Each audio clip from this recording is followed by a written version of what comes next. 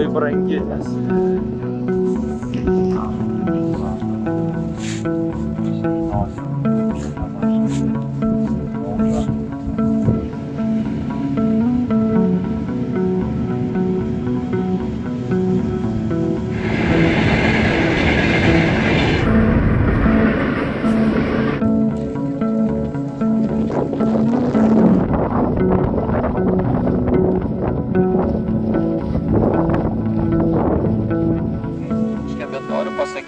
Lietuvos metraštyje yra didelė dinastija valdovų, kurie prasideda nuo Palemono. Čia mano pats viršus yra, matom šlaite vieną kitą. Galėjo tokio supilpilkapio, jie sakė, kad tai buvo kunigaikštis Pajautas.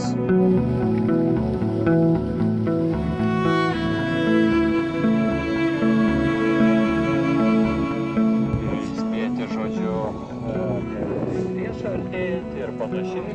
Ir būdavo maždaug į tos šventvietės, tas kiškiau kažkokios tai bažnyčios pusė, ir maždaug jų klausdavo, nors jau žinoma, jau tas turinys, gilus turinys buvo visas iš.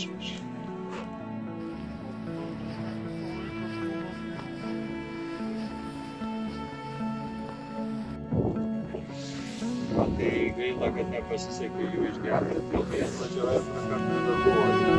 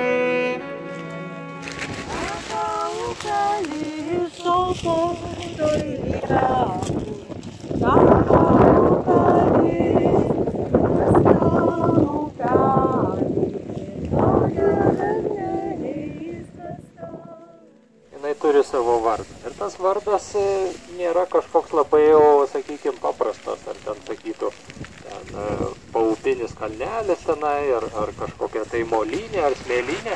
Bet tas vardas Gaidžiokalnis kažką tai turi savy daugiau. Gaidžiokalnio nėra iki galo žinoma, kaip, kodėl ir kas tą vardą galėjo čia suteikti arba perimti.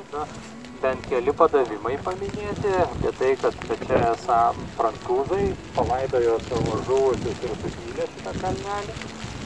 Ir kaimo ūkininkai dar per Pirmą pasaulinį karą kasdami duobę rado čia žmonių kaulų.